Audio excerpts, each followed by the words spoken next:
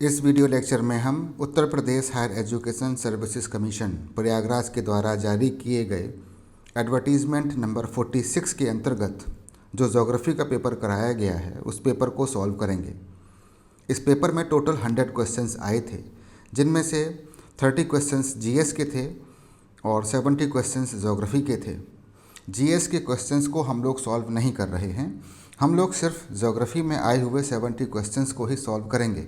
और इस वीडियो में इन्हीं 70 क्वेश्चंस में से जो शुरुआत के 25 क्वेश्चंस हैं उनका डिटेल्ड सॉल्यूशन मैं आपको प्रोवाइड कराऊंगा। जिस पेपर सेट को मैं सॉल्व कर रहा हूं वह पेपर सेट है सी। आइए शुरू करते हैं वीडियो लेक्चर पहले क्वेश्चन के साथ।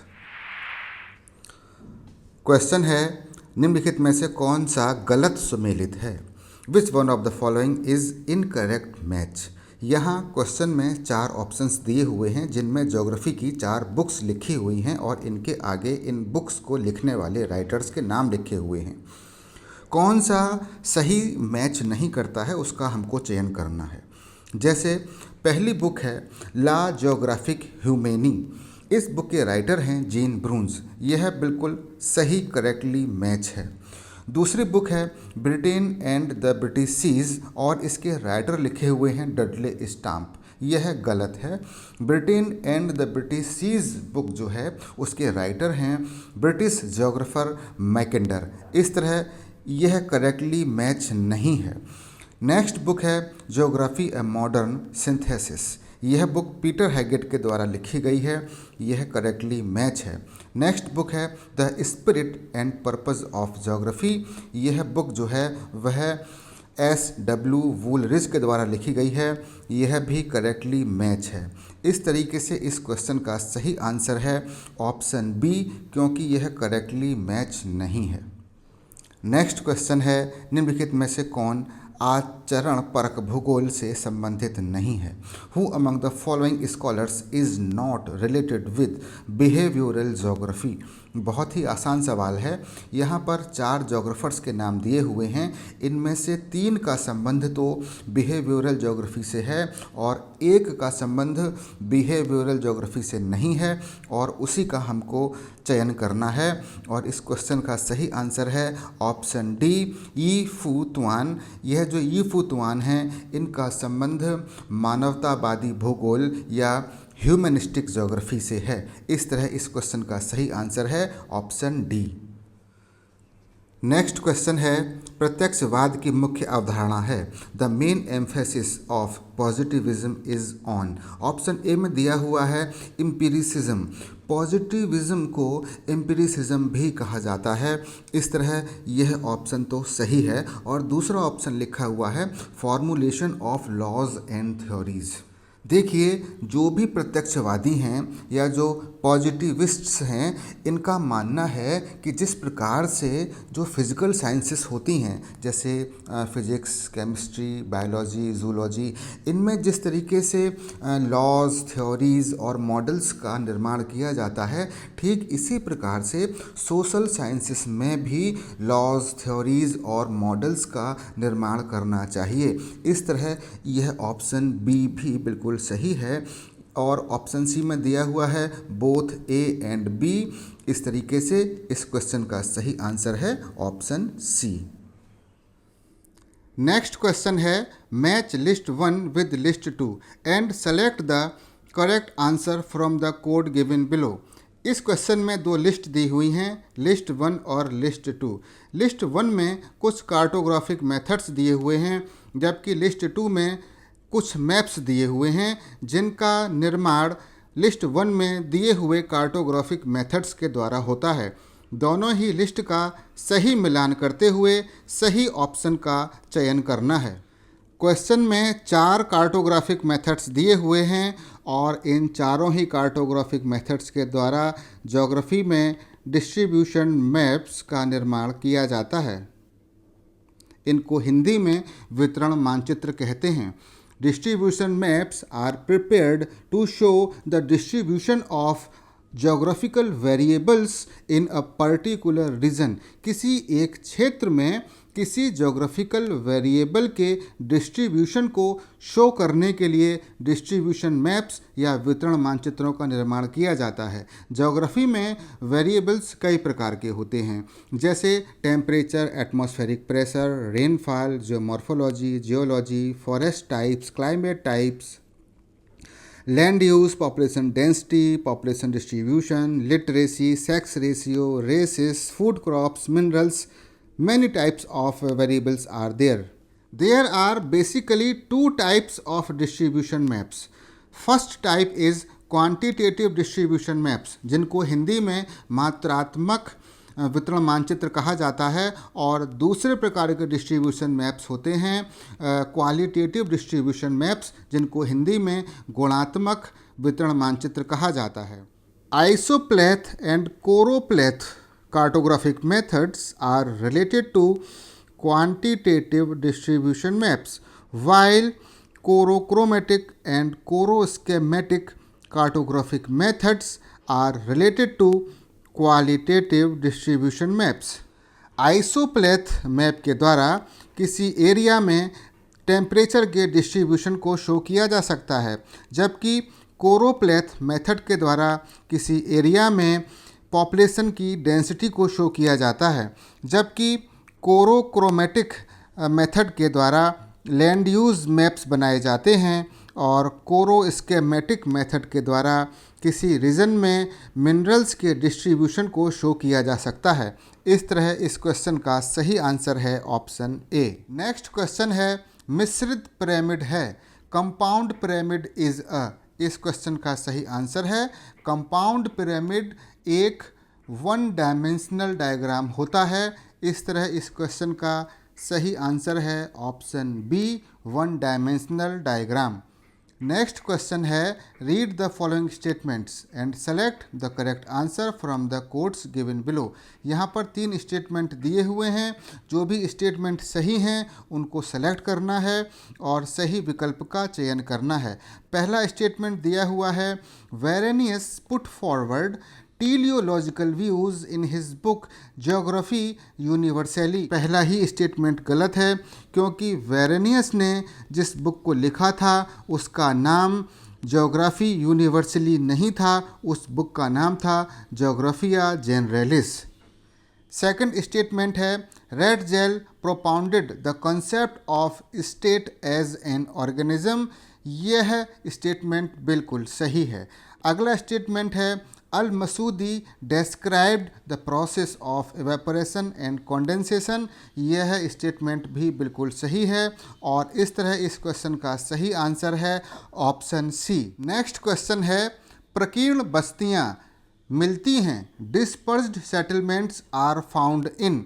यह क्वेश्चन भी बहुत आसान है, और इस क्वेश्चन का सही आंसर है central Australia, option A. Next question है निम्नलिखित में से कौन सा ग्रामीण अधिवासों का कार्य है? Which of the following is the function of rural settlements. देखिए सेटलमेंट्स को मेनली फंक्शन के आधार पर 2 प्रकारों में विभाजित किया जा सकता है। पहले प्रकार के सेटलमेंट्स होते हैं रूरल सेटलमेंट्स, और दूसरे प्रकार के सेटलमेंट्स होते हैं अर्बन सेटलमेंट्स। जो रूरल सेटलमेंट्स होते हैं वहाँ पर प्राइमरी इकोनॉमिक एक्टिविटीज़ पाई जाती हैं, जबकि जो अर्बन सेटलमेंट्स होते हैं वहाँ पर सेकेंडरी और टर्शियरी इकोनॉमिक एक्टिविटीज़ प्रमुख रूप से मिलती हैं। यदि क्वेश्चन में दिए हुए तीनों ही ऑप्शंस को देखा जाए तो ऑप्शन ए में दिया हुआ है फॉरेस्ट्री एंड माइनिंग, वानिकी और खनन। ऑप्शन बी में दिया हुआ है डेयरिंग, दुग्ध व्यवसाय, और ऑप्शन सी में दिया हुआ है फिशिंग या मछली पालन। और यह तीनों ही प्राइमरी इकोनॉमिक एक्टिविटीज़ हैं, और यह तीनों ही रूरल एरियाज़ में मिलती हैं। इस तरह इस क्वेश्चन का सही आंसर है option D, all of the above. Next question है जलोढ़ मैदानों में निम्नलिखित में से अधिवासों का कौन सा प्रतिरूप मिलता है? Which of the following patterns of settlement is found in alluvial plain. यह क्वेश्चन भी बहुत आसान है, और इस क्वेश्चन का सही आंसर है ऑप्शन सी, रेक्टेंगुलर पैटर्न, आयताकार प्रतिरूप। नेक्स्ट क्वेश्चन में 2 लिस्ट दी हुई हैं, लिस्ट 1 और लिस्ट 2।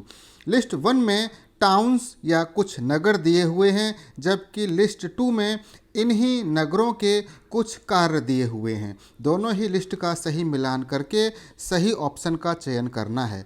जैसे सबसे पहला नगर दिया हुआ है न्यू दिल्ली, और आप जानते हैं कि नई दिल्ली एक एडमिनिस्ट्रेटिव टाउन है। इसी तरीके से रोम एक कल्चरल टाउन है, दुर्गापुर एक इंडस्ट्रियल टाउन है और मसूरी एक रिसोर्ट टाउन है। इस तरह इस क्वेश्चन का सही आंसर होगा ऑप्शन बी। नेक्स्ट क्वेश्चन है which of the following is an incorrect match. Option A में दिया हुआ है कोनरबेशन या सन्नगर, और इस कंसेप्ट को देने वाले थे पैट्रिक गिडीज। इस तरह यह ऑप्शन सही है। दूसरा ऑप्शन है मेगालोपोलिस, और मेगालोपोलिस का जो कंसेप्ट है वह जीन गॉटमैन ने दिया था, न कि मार्क जेफरसन ने दिया था। तीसरा ऑप्शन है रैंक साइज रूल, और इस कंसेप्ट को देने वाले थे जी.के. जिफ। इस तरह इस क्वेश्चन का सही आंसर है ऑप्शन बी, यह करेक्टली मैच नहीं है। नेक्स्ट क्वेश्चन है which of the following electromagnetic waves has the longest wavelength. निम्नलिखित विद्युत चुंबकीय तरंगों में से किसकी तरंग दैर्ध्य सर्वाधिक लंबी है। इस क्वेश्चन को समझाने के लिए मैंने यहाँ पर एक डायग्राम को पेस्ट किया हुआ है, और इस डायग्राम को यदि हम देखें तो यहाँ नीचे इलेक्ट्रोमैग्नेटिक रेडिएशंस क्रम से लिखे हुए हैं। सबसे पहले रेडियो वेव्स, उसके बाद माइक्रोवेव्स, फिर इंफ्रारेड रेज, फिर visual light, UV rays, X rays और गामा रेज। इनके ऊपर यदि हम देखें तो ब्लू कलर से एक वेव बनी हुई है जो कि वेवलेंथ को शो कर रही है। इसको यदि हम ध्यान से देखें तो गामा रेज से अगर हम रेडियो वेव्स की तरफ चलते हैं तो वेवलेंथ इंक्रीज़ होती चली जाती है। इस तरह जो सबसे लंबी वेवलेंथ वाली इलेक्ट्रोमैग्नेटिक वेव्स होती हैं वह होती हैं रेडियो वेव्स, और सबसे छोटी वेवलेंथ वाली जो इलेक्ट्रोमैग्नेटिक वेव्स होती हैं वह होती हैं गामा रेज। वहीं यदि अगर आपसे क्वेश्चन घुमा के पूछ लिया जाए कि कौन सी इलेक्ट्रोमैग्नेटिक वेव्स की फ्रीक्वेंसी सबसे अधिक होती है, तो फ्रीक्वेंसी को भी इस डायग्राम में नीचे दिखाया गया है। गामा रेज की वेवलेंथ सबसे कम होती है लेकिन फ्रीक्वेंसी सबसे अधिक होती है, और रेडियो वेव्स की वेवलेंथ सबसे अधिक होती है लेकिन फ्रीक्वेंसी सबसे कम होती है, क्योंकि हम जानते हैं वेवलेंथ और फ्रीक्वेंसी एक दूसरे के इन्वर्सली प्रोपोर्शनल होते हैं। एक का मान बढ़ेगा तो दूसरे का मान घटेगा। अगर कभी आपसे पूछ लिया जाए कि एनर्जी किस वेव की सबसे अधिक होगी, तो जो एनर्जी होता है वह हमेशा फ्रीक्वेंसी का फंक्शन होता है। अगर फ्रीक्वेंसी बढ़ेगी तो एनर्जी में वृद्धि होगी। इस तरह सबसे एनर्जी वाली जो रेज होती हैं वह होती हैं गामा रेज, और सबसे कम एनर्जी वाली जो रेज होती हैं वह होती हैं रेडियो वेव्स। इस तरह इस क्वेश्चन का सही आंसर है ऑप्शन सी, रेडियो वेव्स की तरंग दैर्ध्य सबसे लंबी होती है। अगला क्वेश्चन है according to the rank size rule what will be the population of the largest city if the population of a fifth rank city is 15 lakh. देखिए यह क्वेश्चन रैंक साइज रूल से आया हुआ है, और रैंक साइज रूल में GK. GIF ने बताया है कि यदि हम किसी एक रीजन में जितने भी सेटलमेंट्स हैं उनको जनसंख्या के आधार पर यदि घटते हुए क्रम में व्यवस्थित कर दिया जाए, जैसे कि मैंने यहाँ पर व्यवस्थित किया हुआ है, जितना बड़ा सर्किल उतनी अधिक जनसंख्या, जितना छोटा सर्किल उतनी ही कम जनसंख्या, और सभी को घटते हुए क्रम में व्यवस्थित कर दें और उनको उनकी नंबरिंग कर दें। जैसे जो सबसे अधिक पॉपुलेशन वाला जो नगर होगा उसको हम कह दें नंबर 1, उससे कम पॉपुलेशन वाला जो नगर है उसको हम कह दें नंबर 2, इसके बाद नंबर 3, नंबर 4 और नंबर 5।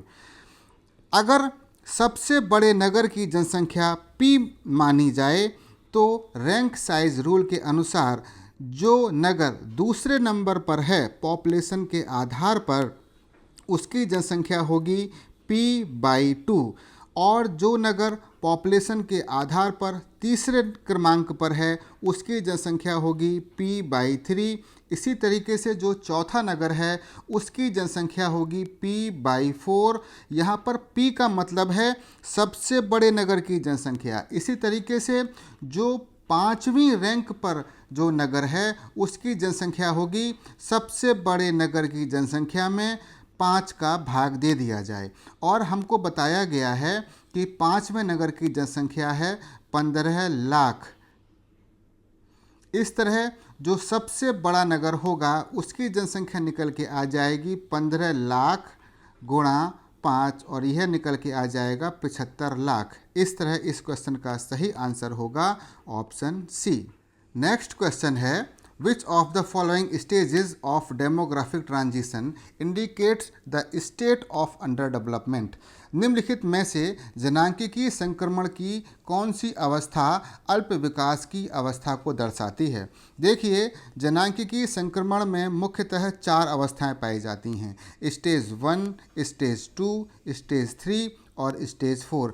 स्टेज 1 की जो अवस्था है उसको कहा जाता है हाई स्टेशनरी। स्टेज 2 की अवस्था को कहा जाता है अर्ली एक्सपेंडिंग। स्टेज 3 की अवस्था को कहा जाता है लेट एक्सपेंडिंग और स्टेज 4 की अवस्था को कहा जाता है लो स्टेशनरी। कोई भी देश जनांकिकी संक्रमण की इन चारों ही अवस्थाओं से गुजरता है।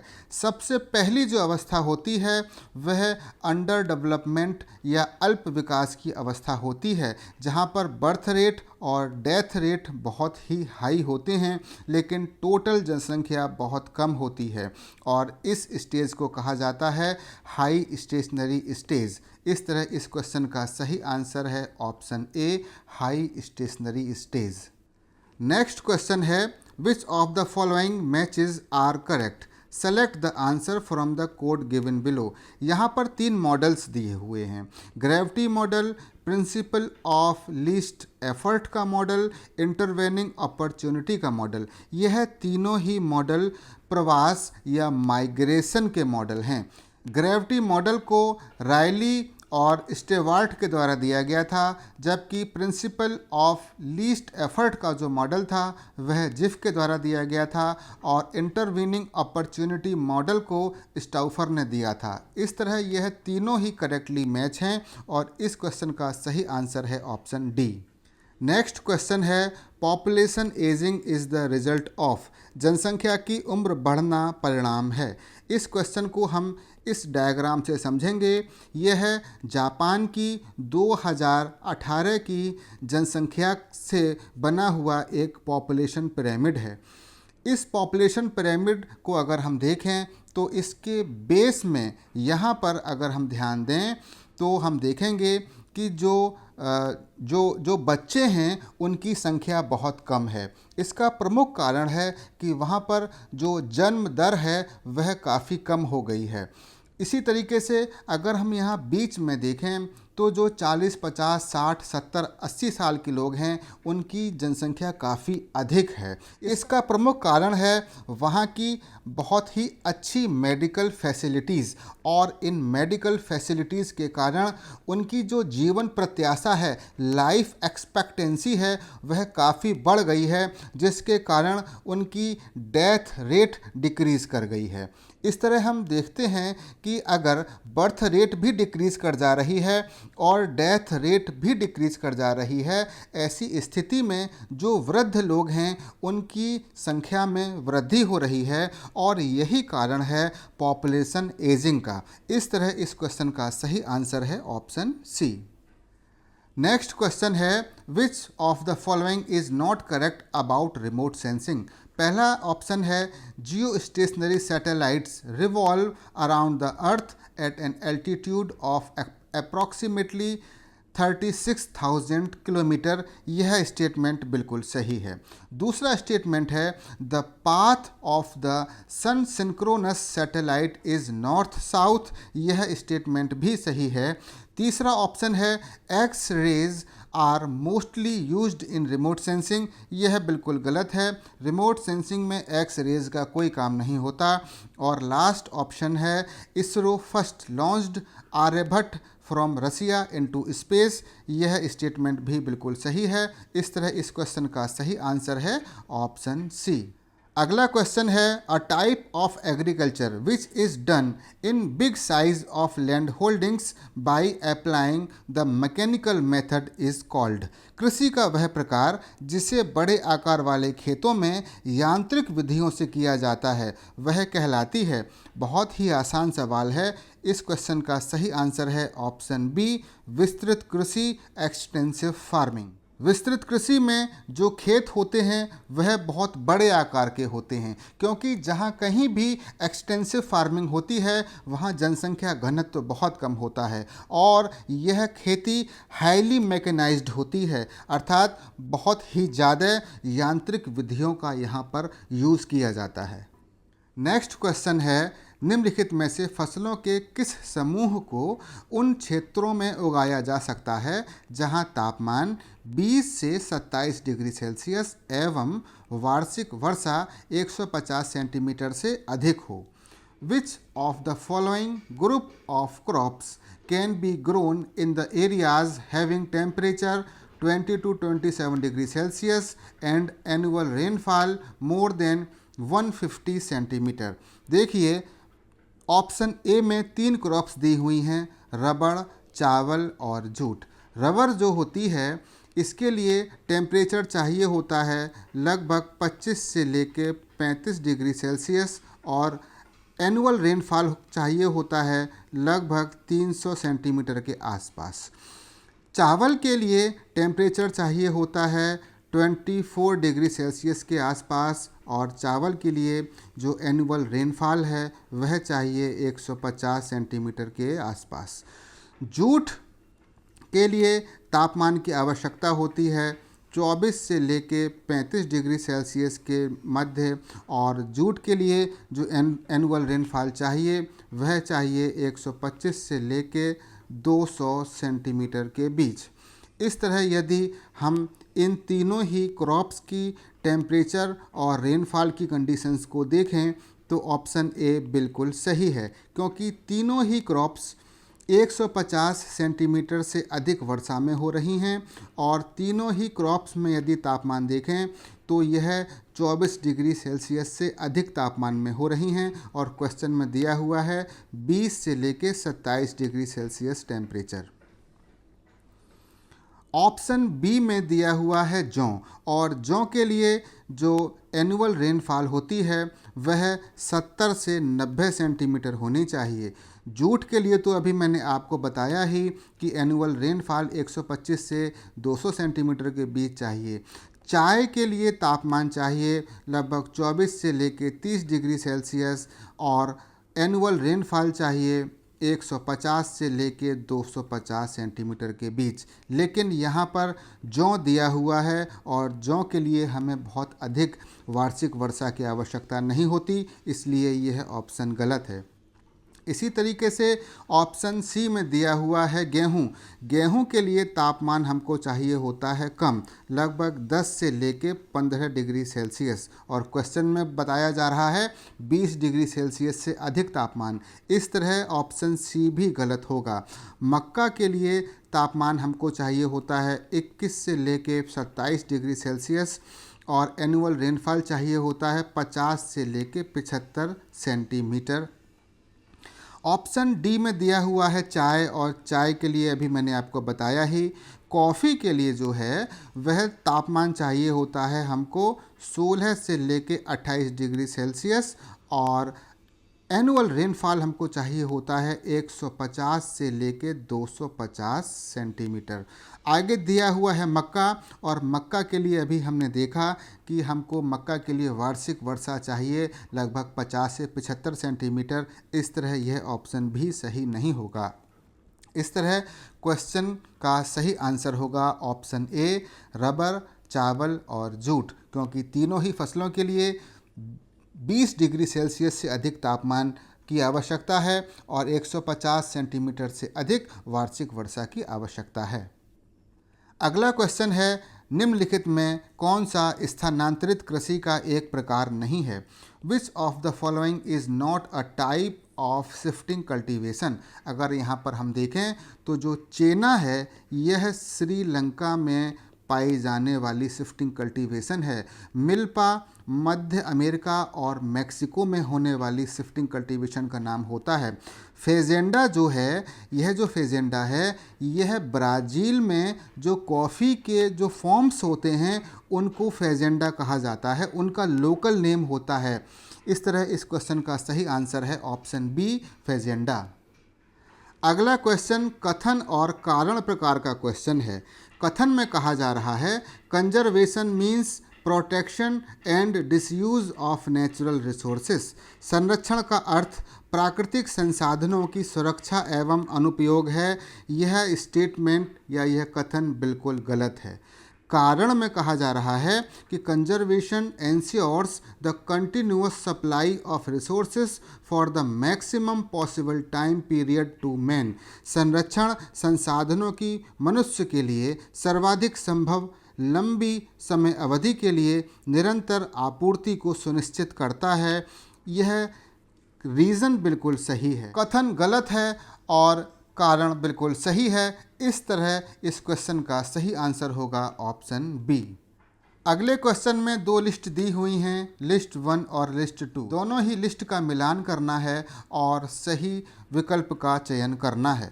वेबर ने मैक्सिमम ट्रांसपोर्टेशन कॉस्ट की थ्योरी दी, जबकि स्मिथ ने मैक्सिमम प्रॉफिट की बात कही है। हॉटलिंग ने मार्केट कंपटीशन की बात कही है, जबकि हूवर ने मिनिमम प्रोडक्शन कॉस्ट की बात कही है। इस तरह इस क्वेश्चन का सही आंसर होगा ऑप्शन ए। नेक्स्ट क्वेश्चन है अग्रणी पेट्रोलियम उत्पादक देशों का सही अवरोही क्रम है। The correct descending order of leading petroleum production countries is. देखिए वर्तमान समय में आंकड़े बहुत हद तक चेंज हो चुके हैं। यह पेपर 2015 में हुआ था। इस समय United states energy information administration के अनुसार 2023 के जो आंकड़े हैं इनमें यूएसए नंबर 1 पर है, इसके बाद रसिया का स्थान आता है, उसके बाद सऊदी अरब का स्थान आता है, उसके बाद कनाडा का स्थान है, उसके बाद इराक का स्थान आता है और उसके बाद चाइना का स्थान आता है। इस लिस्ट में भारत 26वें स्थान पर है। लेकिन जब 2015 में यह क्वेश्चन पूछा गया था तो उस समय इस क्वेश्चन का सही आंसर था ऑप्शन सी, यूएसए, सऊदी अरब, रसिया और ईरान। नेक्स्ट क्वेश्चन है the leading silver producing countries in the world is. विश्व में अग्रणी चांदी उत्पादक देश है और इस क्वेश्चन का सही आंसर है ऑप्शन बी, मैक्सिको। यह 2015 में भी विश्व का प्रमुख चांदी उत्पादक देश था और वर्तमान समय में 2023-24 में भी यह विश्व में चांदी का उत्पादन करने वाला सबसे बड़ा देश है। यह ग्लोबली 24% चांदी का उत्पादन करता है। अगला क्वेश्चन है which of the following mode of transportation has the lowest terminal cost. निम्नलिखित परिवहन के प्रकारों में किसकी टर्मिनल लागत न्यूनतम है। देखिए जो टोटल ट्रांसपोर्टेशन कॉस्ट होती है उसका एक बहुत ही इम्पॉर्टेंट कंपोनेंट होता है टर्मिनल कॉस्ट, और जो रोड ट्रांसपोर्ट होता है इस रोड ट्रांसपोर्ट की जो टर्मिनल कॉस्ट होती है वह सबसे कम होती है, और वाटर ट्रांसपोर्टेशन की जो टर्मिनल कॉस्ट होती है वह सबसे ज़्यादा होती है। इस तरह इस क्वेश्चन का सही आंसर है ऑप्शन ए, रोड ट्रांसपोर्ट। फिर मिलेंगे नेक्स्ट वीडियो लेक्चर में इसी क्वेश्चन पेपर के अगले 25 क्वेश्चंस के साथ। जुड़े रहिए मेरे यूट्यूब चैनल ज्योग्राफिकल सॉल्यूशंस से।